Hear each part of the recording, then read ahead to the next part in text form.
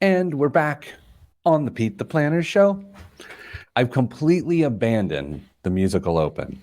We had animation put together and I play it and it makes it look professional, but alas, I don't know why I can't do it. It takes about 15 seconds to do. Damian, what do you think it is? Do you think it's laziness? Do you think I like the more spontaneity of opening this way? Like, why do you think I've abandoned the formal open of the show?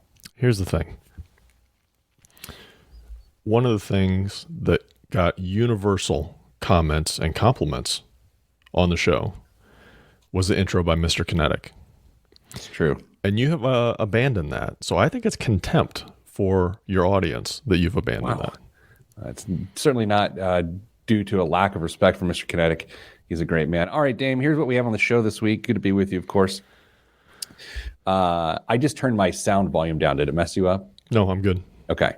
Hello, Danza. Hello, Neil Brown. So here's the thing. I have a meeting later today right by Neil Brown's house. Like, I might even park in his driveway.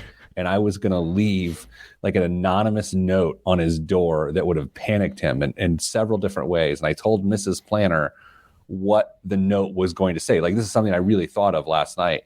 And she said, it is way too mean and I should not do it. So, Dame, after the show, I will tell you what the note would have said. How about if I write it and you leave it? I don't know. I write like a serial killer. I was going to actually like cut magazine stuff, like letters out of magazines to do it. Yeah. Hey, it's Jenny Unshando. Big fan. Hi, Jenny. How are you? Good to be with you. I've got sort of a Count Dracula jacket on today. I know this is radio / blogging, or this is not a blog. What's happened to me? I turned 44 last week, and now I call anything on the internet a blog. I was on my blog. Oh my God. On my MySpace. Okay. All right, dude. Let's do the show. There's Craig Anderson weighing in. Like, I know the podcast people are listening right now. They're like, just do the show, dummy. Just do the show. I will. Dame, on the show this week, we're talking, going through a column. Someone wrote me an email. I wrote a column about it, and we're actually going to answer it on the air as well. We're going to talk about the backdoor Roth IRA loophole, or the back door is getting closed. I don't know how we would say that, but that is something that may be happening soon. There is new debt collector rules, which are a little bit shocking. I got to be honest. Yeah. You would think, Dame, if there's going to be changes in regulations around debt collection, it would go more to the side of the consumer. This one, not so much. It's surprising. So we'll talk about that. And then we're also going to talk about, wait, is that it? Wait, was there something else, wasn't there? What's the third thing? Do you talk student loans? Oh, yeah. In February, student loan relief is gone, right? I mean, if you have not been paying your student loans, then they're going to start back up. So we're going to talk a little bit about what that can mean and then how people should begin to address that now as opposed to just waiting for it to happen. And then biggest waste of money of the week and the news right here, all on this blog. Yeah. All right, let's start the show. You ready? Yes. Oh, are you good, by the way? You doing well? It doesn't matter. It doesn't. I will say I would like to thank Damian publicly and his lovely Mrs. Dunn for making me a pie on my birthday this week. I was very thoughtful. I really appreciated it. It was a peanut butter pie. Did you share it? I did share it reluctantly with my family. Were the compliments universal in that Dunn household, the South Dunn? Yeah, we loved it. I mean, we have peanut butter pie. It's a universal recipe. There's no secret to it. It's vanilla pudding, peanut butter, confectioner's sugar, and a graham cracker crust, and with Cool Whip on top. And that's it. It's delicious. Yeah, it's a sight and a taste to behold. I've forgotten to eat lunch 7 out of the last 11 business days. I don't know what that says about you. I don't know, but now and I brought that up because I started talking about pie. It's because I don't think about food during the day, but then I talk about pie, so now I'm hungry. So today will not be one of those days. Good for you. Let's start the show. 3, 2, 1. This week on the Pete the Planner Show, we answer your money questions. Here's how the show works. You email us, askpete@petetheplanner.com. That's askpete@petetheplanner.com, and then something magical happens after that. We either answer it right here on this very show, on your radio or podcast, or I write about it in the newspaper. This week, I'm doing both. Damian Dunn, Vice President of Advice at Your Moneyline, joins me now. Hello, Dame. Hello, Pete. All right, so I got a great email this week, and I answered it in my Indianapolis Business Journal column, which comes out on the 3rd of December. Dear Pete, I heard some colleagues talking about discretionary spending the other day. Time out. At what point do you think a person calls their coworkers colleagues versus coworkers? You know what I mean? Like, what's the delineation there? What can we learn about this person that they call them colleagues and not coworkers? Do you think it speaks to a level of education? What can we know from this? That's a great question. I feel like colleagues implies some level of friendship there as well. Oh, that's interesting. I out of respect, right? I sense some respect. Anyway, and it got me thinking about how much money I allow myself to spend in any given month. I typically give myself some cushion for dining out and a random purchase here or there. But beyond that, I keep a pretty low balance in my checking account because I tend to spend more responsibly if I limit the amount of money I have access to. How do you think about discretionary spending? This is from Kate in Naptown. So, Dame, what direction do you want to go? Do you want to start with how do you think about discretionary spending? Maybe let's start there and then address checking account balances after that. How do you, Wizard of Money, Damian Dunn, think about discretionary spending? Discretionary spending is kind of weird because if you maintain a budget, your discretionary spending is planned discretionary spending. You just don't know what you're spending it on yet. So if you can get past that you are planning to not know what to spend money on, you're well on your way. But that's okay. Discretionary is going to obviously come after all the other normal expenses are taken care of or attributed to for in your budget. So whatever that ends up being, maybe it's a very small amount of money because you've got some really aggressive financial goals that are going on that you're trying to accomplish. Maybe it's a little bit bigger because you've reached a point in your life where you can handle that. You can spend a little bit more money and enjoy some things that you might not have earlier in life because you were nose to the grindstone figuring stuff out. So discretionary spending is going to be variable, family to family. And just because you may have the same income as the neighbors down the road, your discretionary income could look tremendously different. That's not something you want to judge yourself on or compare yourself on with other families. It's of no surprise that the very first thing you said is the very first thing I said in my column, which is you need to make sure that the discretionary part is not about the money, it's about the category, that the money is planned and set, which is the biggest mistake people typically make. They're like, well, discretionary. And so the whole account is in fact discretionary. And it's like, no. If you have to think about it in this parlance, then think about it. You're giving yourself an allowance, which I hate thinking of it that way, but it's easy. You're giving yourself an allowance. What you choose to spend that allowance on, that is what is discretionary.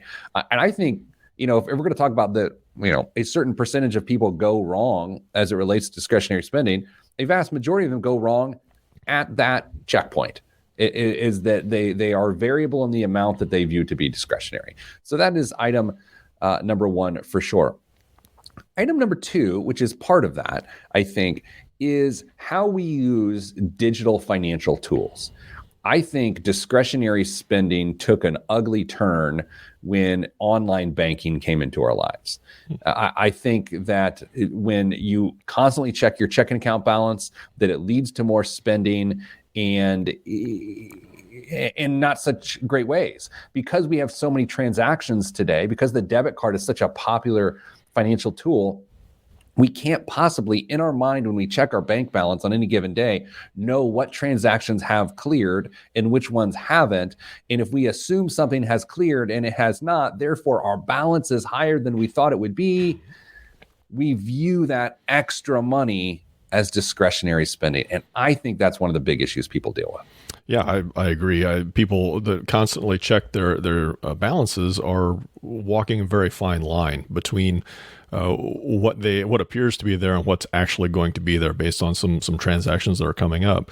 I think one of the easier ways to get around that, however, is to set up another checking account and send your discretionary income to that checking account and then use that for the debit card. That way, all of your transactions, all of your budgeted items stay inside that primary checking account and you do not spend discretionary money out of that primary checking account, only the one that you have transferred money to throughout the month, and then do whatever the heck you want with it. I don't care.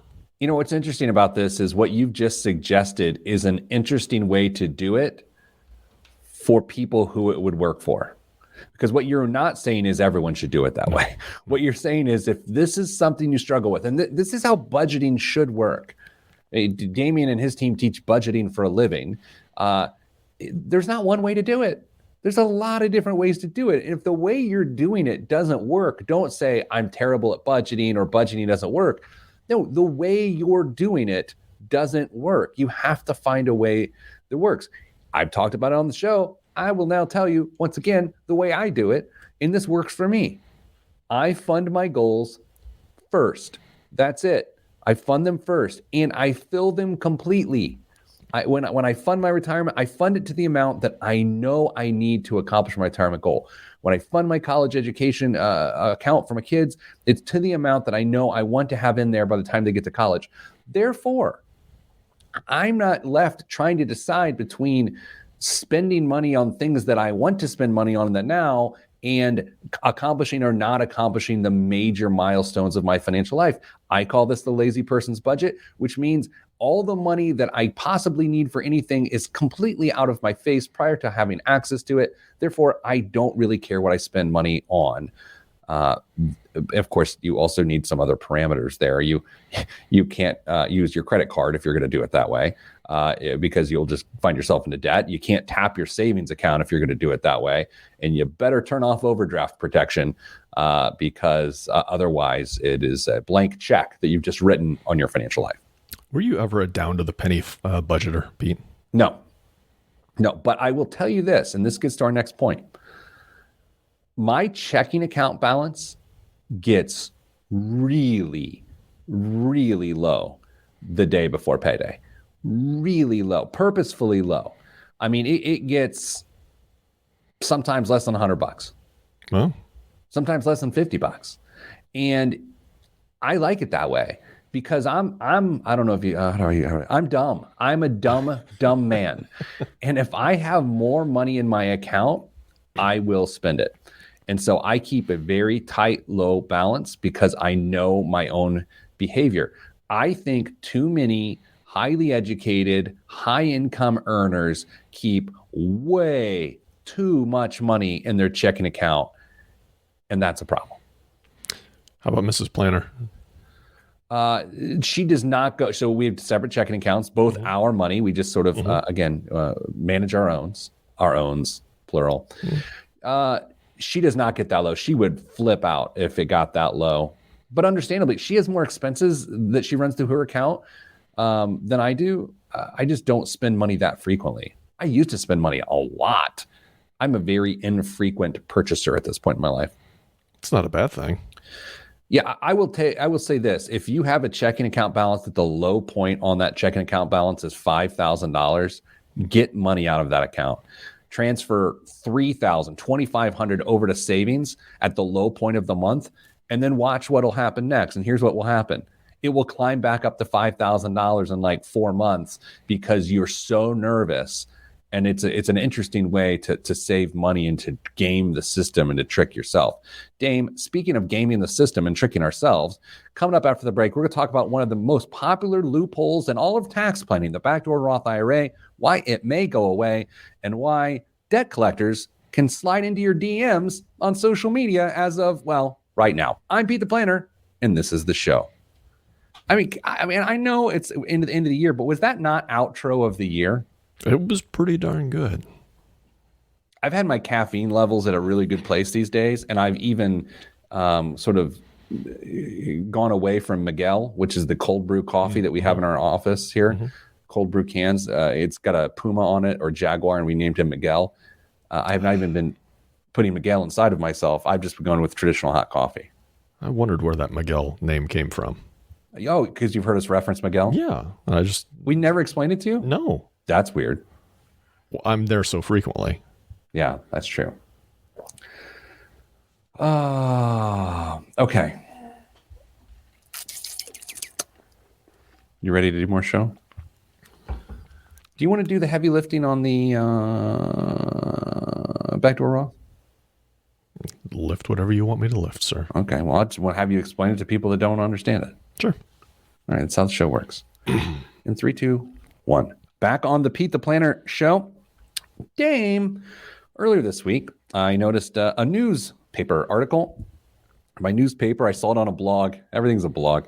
I saw it online, and it basically said part of the Build Back Better. Is that what it's called? Build Back America. Build Back Better? BBBA. Build Back Better America? I don't know. I don't know. It's great. I love acronyms. Anyway, this acronym suggests that the backdoor Roth loophole, which so many people enjoy, might get closed. And so what I'd like to do is I'd like to talk about what that means, what the implications are. Maybe we should start by first having you explain what in the world am I talking about? Yeah, backdoor Roth. We say loophole, and I guess technically it is, but the IRS knows about it. Everybody knows about it, and it is a perfectly legitimate way to fund a Roth IRA if your income prohibits you from doing that just by sending a check in. So how that works is you make a non-deductible contribution to your IRA, and then you convert it. You recharacterize that into a Roth contribution. You will pay taxes on it. Any growth, I should say, that comes over, especially if you have commingled funds. If you have an IRA already established and you make non-deductible contributions, a portion of that's going to be taxable every time you make this backdoor Roth contribution. So be aware of that. But it is a way for you to make a Roth contribution if your income would otherwise prohibit you to do it. And it's a smart thing to do. It makes a lot of sense for a lot of people. Consult your tax advisor or your financial advisor about that. But I will also note what makes it so great is sometimes people will put in those non-deductible IRA contributions and then immediately convert it. And since there was no growth to speak of, the tax implications are even more positive. As we often talk about on this show, especially a couple of weeks ago when we talked about why 401k limits are not going up, why, Dame? Why are we seeing less tax advantage for people who love to max stuff out? Why are we seeing less tax advantage for people who love to max stuff out? Yes. Why are we? I mean, it's a very obvious answer here. You said it 2 weeks ago. You tell me, Pete, because I'm a little lost at this point. Wow. You have not got your caffeine levels checked for today. I've given up caffeine, Pete. Did you know that? Yeah, I did not know that, but I do know that it's always funny when you quote someone back to themselves and they don't know what you're talking about. I think it's a good gag. Trying to buy time, essentially, is. Here is what you said. You said, because the government needs tax money, dummy. Oh, yeah. Is exactly what you said. Yeah. Yeah, you were like, well, of course they're not going to raise the 401k max to $30,000 because then even less money is being taxed and they're trying to close budget shortfalls and all sorts of other things. And in this circumstance, with the tax loopholes, you're talking about this idea that if people keep converting to Roth IRAs in such a tax advantage way, down the road, when we try to get people's tax dollars, we being the government tries to get people's tax dollars when they retire, there's going to be no tax dollars to get, and you're going to see revenue shortfalls increase significantly. Yeah, darn that disappearing income for the government. If they could only get the other side of their ledger in order, maybe income wouldn't be so needed. Brian Pinkins, financial expert, weighs in on the live chat. He says people are still liable to pay taxes on the money transferred in that same year. Absolutely. Right. I mean, because that's a non-deductible IRA. They're not getting the deduction anyway. So yeah, there we go. We got it. Dame, there's another crazy news story that out this week that has me a little bit concerned. I think most people feel like debt collection had gotten to a predatory place. Do you agree with that? I mean, it's a big statement. Yeah, no, it was. If it wasn't predatory, it was darn near there. It was some of the things that were legal at different points in time for collectors to use, tools to use, and tactics to use were not great. They were, frankly, pretty scary. They were, and some of the worst stuff is how like court dates would be set with automatic defaults and judgments, and then people get into these lien situations. They get into wage garnishments, and you have people losing jobs, and it just got crazy. And of course, you get into like debtor's jail and all of these other horrible things. And so I will project, with the current climate that we look at in our country as it relates to taking care of everyone, or trying to take care of everyone's financial situation, get more equal footing for people, good, bad, or otherwise, you would think, well, we're going to certainly get rid of some of those practices. Well, the new rule is kind of weird. Debt collectors can now contact you on social media to find out whether or not you have intention to pay. Now, what they can't do is make a public post on your Facebook page, or they can't mention you on Twitter, but they can slide into the DMs or send you a Facebook Messenger message. And Dame, this is crazy for a couple different reasons. Which of those reasons stick out to you as why this is a horrible idea? The fact that they can stalk you on social media and contact you that way. And I will say that they have to identify who they are and who they're with, and you do have the right to decline that message and have zero contact with them. But man, there could be who knows how many people out there. Oh man, somebody says I've got a debt. I didn't know about that. I need to check that. I mean, there could be an open door for a scam, is what some of this could lead to. Pete, I'm sure there are going to be a number of collection agencies that try and use this, but you can darn well bet there's going to be a bunch of scammers that try and use this as well. I didn't even think of that. Like all the links going to be dropped in, and click this to check your account. Yep. Click, link, hacked, cryptocurrency, ransom note, lose your pants. What? I don't know. Did I ever tell you about the debt I had in collections? Does it involve pants? No. I just got off track there. I get nervous. Did I ever tell you about the debt I had in collections? No. Okay. I've had a debt in collections. And where I thought you were going with your earlier statement is some people might not know that they have a debt in collections. Sure. It's just like, it's a surprise. It's like you get called and you're like, what, really? That's what happened to me. So years and years and years ago, probably 2001, I set up a separate bank account for my business. I don't know why I did business in air quotes. I'm a business owner. What's wrong with me? I know you can't see air quotes on the radio, but I just did air quotes, business. And I set up a separate checking account at a bank I don't really bank at, because I wanted it for a special project I was working on. Like, don't get too much in the details. It was silly. It was dumb. I was like mailing something and I just wanted one account to do it. Whatever. What are you calling me any question of like what? It's a special business that requires its own personal account.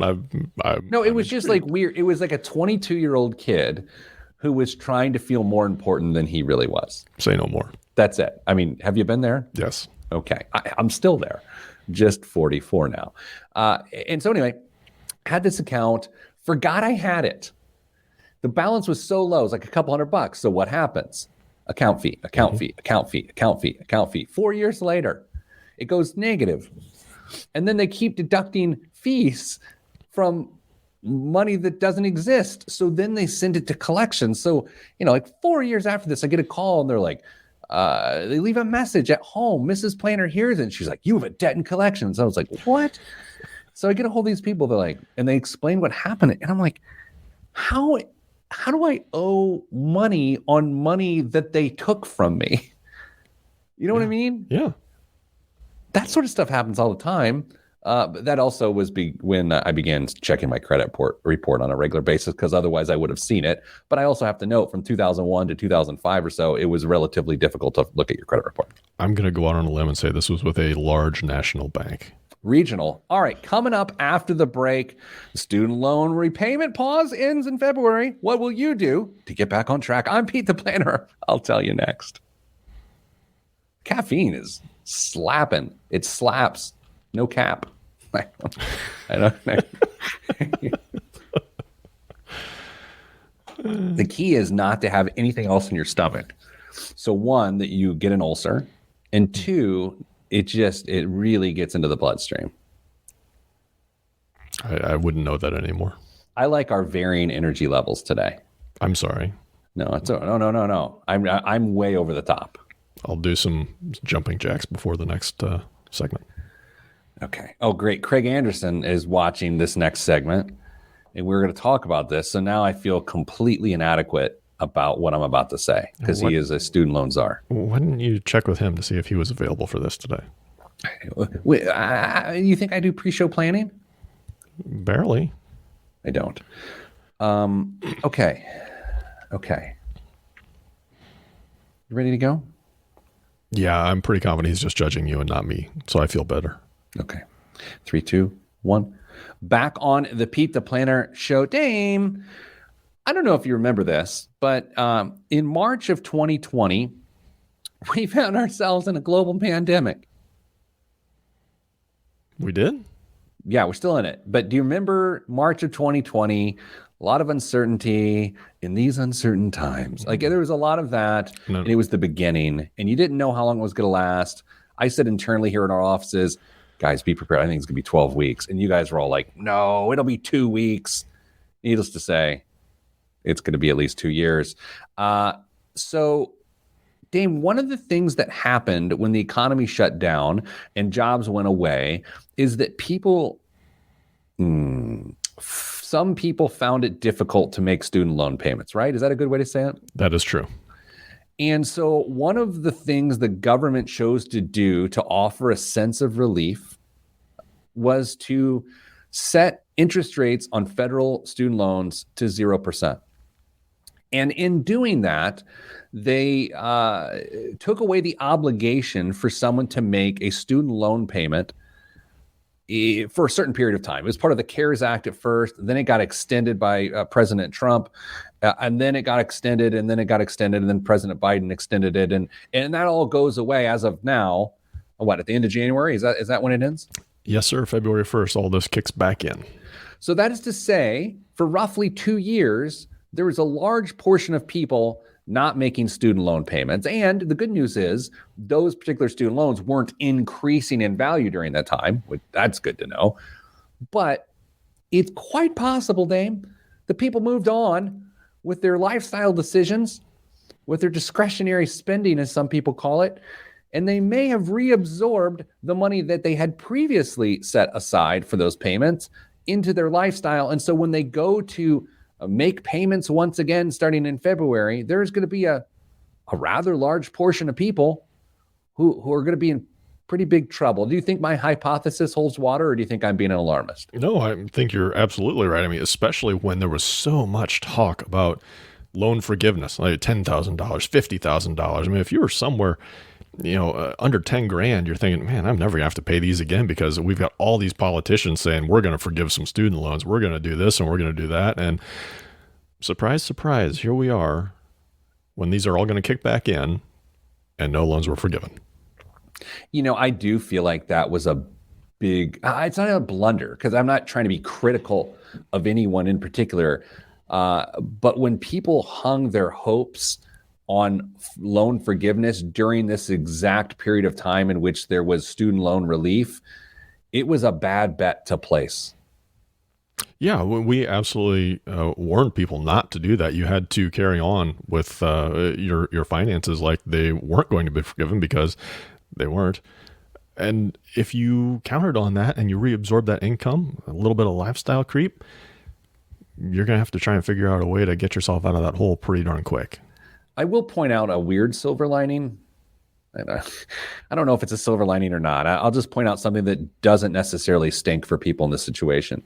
If you happen to work for a nonprofit and you otherwise qualify for public service student loan forgiveness, this period of time in which you have not had a payment due, each of those months will count towards your 120 payments that make you qualified for student loan forgiveness. And Dame, that's no little feat. I mean, that's in some cases we're talking 22 payments out of 120 required. And so if you work for a nonprofit, you've not made a payment for 22 months, and you otherwise would have to make 120 payments to have the rest of your student loans forgiven, well, you just got 22 free months, and that's incredible. Yeah, you've effectively cut off 2 years of a 10-year plan to get yourself out of debt by a program, public service loan forgiveness, through the gift of the government. So if you were on track for public service loan forgiveness, or you think you might be on track because there have been some changes there as well, check it out, man, because you could be in really, really good shape, especially considering those 22 months all count as on-time payments made for the full amount. Okay, so here's what I was trying to get my head around this morning. I told you that I'm now of the age where I cannot stay asleep. I just cannot do it. I wake up at 4 and I just lay there, and then I'm listening to like Pandora Zen radio. Like, I can't sleep. One of the things I was thinking about this morning was, is this good timing that it ends in February because people spend more in November and December, and so they won't spend that way in January, so it'll allow them to refind discretionary money? Is that the way it's going to work? Or if it were going to work that way, shouldn't it actually end December 31st, and then they don't have that extra 30 days that they go to spend that money on something else? Because if you're not listening along here, let's give some numbers. Let's say that prior to the pandemic, you were paying $260 a month towards your student loans. You hit pause. Cool. Glad. I hope it provided some relief. Somewhere along those 22 months, though, you found another purpose for that $260 out of necessity or simple want. Well, now, Piper's back. Time to pay the Piper. February 1st, that $260 is going to start back up. And so, Dame, that's my concern, is that it's not as simple of saying, well, I guess I'll cut my dining out back, or I'll cut this or that back. There's more behavior involved than that. Yeah, I think they're planning on people giving up on their fitness goals and cutting off those gym memberships in February 1st and just using that money to pay for their student loans. I like you're very funny. So, okay. So you and I like to make predictions, but like toothless predictions on this show. The show could be called Toothless Predictions, which is a lot better than the original title of this show back in 2009. Remember, it was like The Accidental Economist or something stupid. No. What? I wasn't around then. Well, you weren't, but I was. And one of the first names I was The Skeptical Economist. That's what it was. I was going to name my show The Skeptical Economist, which is stupid because I'm not skeptical generally, and I'm sure as heck not an economist. I mean, economists, it's the dismal science. So, I mean, you weren't that far off. The Toothless Prediction Show with The Skeptical Economist. Anyway, here's our toothless prediction that you and I are going to try to make right now. What will be the impact, the 6-month, the 12-month impact of the student loan repayments starting up in February of 2022? Like, what will be the butterfly wings impact of that? I think it's very possible that within a couple months we start hearing a renewed push for loan forgiveness. Right. That seems like low-hanging fruit and a really good one. I mean, for a couple of reasons. One, we're going to be going into an election cycle not too far after that, and plus, you're going to have all sorts of news stories about people saying that I can't afford these student loan payments, and we're still trying to figure out how to get by, which could be very, very true. But I think that's the low-hanging fruit. I think we have a renewed push for student loan forgiveness.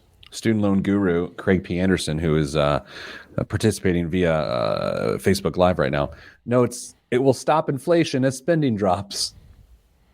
Wow. Maybe. That's interesting. I know he's half joking, but is that possible?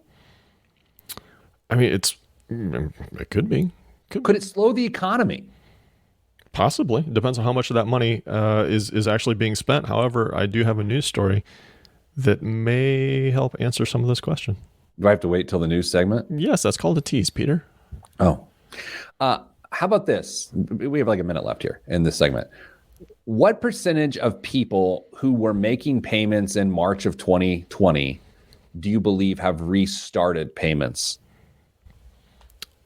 Oh, so people that stopped. Okay. Yeah. People who were making them stopped. What percentage of those people have restarted? 3%. No way. No way. No way. Why would you pay money right now if you didn't have to? Because a lot of people needed the relief, but they want to get rid of that debt. See, Rick on Facebook Live says 5%. I disagree. I say 25 to 30% of people have restarted payments. I love arguing about things we'll never know. I do too. That's the best part. Toothless predictions with the skeptical economist coming up after the break. Biggest waste of money of the week right here on Toothless Predictions. I'm Pete the Planner. The outros are hot fire this week. Man, I think it's because I'm setting you up for them. Setting you up for success.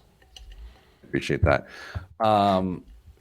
This is one of those bombs this week that I think that you're going to be like, no, that's awesome. Every once in a while I get you there. I'm hoping so. It does create a little bit of a conflict, but that's all right. All right. Here we go. People are weighing in on Facebook. I appreciate that. In the spirit of brevity, I'm going to keep moving. It's a way to have an interactive show. What were you asking me about the difference between us and a Peloton show the other day? Stop it. Yeah. The attractive hosts. Yeah, the answer was the attractive hosts. Yeah. What's the difference between this show and a Peloton workout? The attractive hosts. Yeah, and people don't get us sweaty. You have been using the Peloton app, haven't you? Yes. What instructors do you like? The ones that encourage me in foreign accents. Yes. Okay. Fair enough. I was about to give my Peloton name here on the air, but I really don't want people following my workouts. Like, isn't that weird how we're like conditioned to be like, oh, hey, follow me on this. But then I'm like, no, don't follow me on this. Yeah, totally. I'm not giving you my name. I have a joke that I can't. All right, let's continue the show. All right, you ready to go? And here, 3, 2, 1. This week's biggest waste of money of the week right here on the Pete the Planner Show is the Tesla Cyber Whistle. While we continue to wait on the arrival of the Cybertruck, regulatory nightmare Elon Musk is giving Tesla fanboys something to occupy their time. The Cyber Whistle is a scaled-down model of the illustrious pickup that can also play a little tune. It's fashioned from medical-grade stainless steel with a polished finish, and as described, includes integrated attachment feature for added versatility. Dame, it looks exactly like a Cybertruck in my estimation. And I have to let you know, it has a cost associated with it. What do you think the Tesla Cyber Whistle costs directly from the Tesla website? This is not like a novelty knockoff, some artist. This is on the Tesla website. You can buy it. What do you think it costs? $199. Ooh, you guessed high. You never guess high. $50. Yeah, I mean, it's cool. And it'd be a nice little trinket for somebody who actually gets a Cybertruck, but I can't imagine spending $5 on this. Dame, I am a 44-year-old man as of this week, and there are certain aspects of being that age which make life incredibly difficult. One of them is that my son plays basketball at a facility in which there are 8 or 9 courts, full-size courts. Mm-hmm. At any given time, there are 8 or 9 games going on with 2 refs on each court. It is a whistle fest, and I'm so distracted. My head's shooting around, and like it is.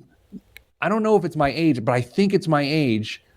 It is the worst thing in the world to be in a giant facility and every 2 seconds to hear a shrill whistle coming from a different direction. It's really alarming. Is this just me, or is that it's a problem in my life? I think it would disturb me as well. You're probably gonna have to start taking noise canceling headphones to make sure that you have some amount of tranquility. I do. I absolutely do. Dane, what's in the news this week?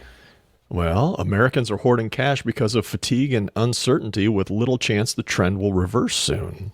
Over the past 2 years, households have socked away close to $1.6 trillion in, quote, excess savings, or resources they otherwise wouldn't have been able to save before the COVID-19 crisis, according to the Federal Reserve Bank of New York. Funds are well beyond the 3 to 6 months of emergency savings generally recommended by financial advisors. Not a financial advisor. Consult your financial advisor. Yes. So, Pete, before I move on to the controversial, disturbing part of this piece, any thoughts on that? Our savings account has gone up, the planner household. And I can't tell you why, other than we have the opportunity, and I'd rather have some additional dry powder, as they like to say, as opposed to really hammer our investments away. Although that being said, we've increased our investments too. I'm willing to be transparent. These 2 years, these 22 months have been financially good, because spending has gone down. You don't have as many expenses in different areas. And so you just save the money. We've taken less vacations. We're not going as many places. So I feel like in that respect, our spending has come down, therefore our savings has gone up. Yeah, it was easier to address maybe some habits that you wanted to change during this time period as well. So it could be a, albeit painful, a very financially healthy process for some people. So what's the controversy? Bear with me on this. As inflation continues to tick up, sitting on a pile of cash savings has obvious downsides, says Charlotte Galetka, managing partner and owner of the financial advisory firm Silver Penny. I'm not going to give the rest of it because I don't want to. Oh, come on. Mrs. Galetka says she has spoken with clients who are concerned that the stock market is overvalued and worried about investing their cash savings. She recommends that clients split the difference by putting one portion of their savings in the market and keeping the other liquid for easy access should the long-feared emergency arise. I'm calling people, quote, I'm calling people saying, listen, you have to be in the market because your growth has to outpace inflation. Wait a second. This is why we need to keep you invested, she says. I think that makes them feel more secure. It's okay to be willing to take the risk knowing that their savings is maybe a little bit larger than the recommended amount. Man, okay, I have some problems. Yeah. I mean, I know how exciting it is to be quoted in the media. But you really have to pump the brakes before you say something like that. This was in a very well-respected financial publication. Well, I don't blame the publication. I would go more so to say that's why she chose to make a big, round statement that is a bad idea. Yeah. I've said it on the show before. I think sometimes when you try to be an expert, a public figure expert on a topic, it gets you in trouble because you oversimplify it. One of the pieces of criticism I got years ago on social media was that I oversimplify things to the detriment of my audience. And I remember taking that really hard. But if I really step back and I'm honest, it was probably true. And I've really tried not to do that. But wow, Dame, please let everyone else in. Why is what she said so bad? There's risk involved in the market. And if you have money setting aside in a savings account because you are concerned about what the future may bring, putting in the market's not going to be your solution. Because if you're concerned and you want that money available to you and you go to find that money because you need it someday and you find out it's gone down 10, 15, 20%, that's going to give you a whole nother round of another sort of anxiety that you didn't already have. If it's there for emergencies, if it's there for some planned need within 3 to 5 years, don't expose it to the market. If you put it in the market, it's no longer emergency savings. It could be savings of some sort, but it is not emergency savings. Yeah, I mean, you take that and then you take people's increased appetite for risk via alternative investments, things like crypto, and it is sort of a recipe for disaster. I think what frustrates me the most about her comments, with all due respect, right? I mean, I've been there. I've said dumb things in newspapers. I've written dumb things in newspapers. But the issue is you can't have your risk tolerance. You can't reflect your risk tolerance on your clients. You just simply you can't do it. And this idea that you always have to be getting yield on your money is also absurd. Now I realize, per her point, people are losing buying power, but that is the trade-off for some people when it comes to aversion to risk. This is also why I think when people are overly critical of things like annuities, that they're totally dismissing the idea that people are okay with those trade-offs. Yeah, maybe the fees are higher. Maybe that you don't get double tax benefits by putting an annuity inside of an IRA. I totally get that. And by the way, we don't sell any of those things, so I have no skin in the game here. But that's projecting financial guidance on people who have other values, and that's what bothers me about that. Yeah, and I'm sure you remember, there are times in your career where you've looked at someone and thought, you absolutely could take more risk than you are right now, but we can't do anything about it. We've got to serve the client and make sure that we're attending to what their needs are and what their comfort level is, because otherwise you're doing a disservice to them. I remember as a young advisor, I had a client, husband and wife, both really high paying jobs. Husband, probably an aggressive investor by definition. Wife, conservative to moderate, probably conservative. That's not that unusual of a situation, by the way. Two married people having different viewpoints. And it got to a point in their career where she was making gobs more money. And to fuel their financial plan, they needed to put her money at work. And it just became so cumbersome. But that's also about the time I learned, this is early 2000s, it's not the husband's risk tolerance that's going to impact this. It's not the advisor's risk tolerance that's going to impact this. It's the person that's actually taking the risk with their money. And it's with that, Dame. Did we really do one news story this week? Yep. Save them for next week. All right, everybody. Thanks for listening. Sending you good vibes, because good vibes are all that's in the budget. He's Damian Dunn. I'm Peter Dunn. No relation. We'll see you next week on the Pete the Planner Show. I'm telling you, I don't know what it is, but maybe it was Thanksgiving. But the outros were fire this week. Yeah, took a week off, came back ready to play. All right. That's it. I have new boots. I got new boots for my birthday. You did? Yeah, I'm trying to think if I can show them. Let me see if I can show them. Hold on a second. I'm going to show them to the camera. Now, are these boots that you picked out and they were just purchased for you, or? I received I had a relative that was like, hey, we don't know what to give you, so we're going to give you money. Now, I don't need anything. Well, you're going to give me money. I'm going to buy something. So let me show you. Hold on. I'm also disconnecting my hearing. So when I sit back down is when I'll be able to hear your comments. Hold on, everybody. Ladies and gentlemen, we're going to see Pete's feet.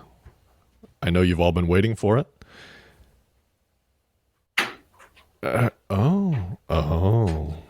Ladies and gentlemen playing at home, they are embossed of some sort. They're very pretty. Can you see that? Yeah, we saw the is it that embossing? Is that what that's called? Yeah, it's sort of like a leather stamp. Like the leather is.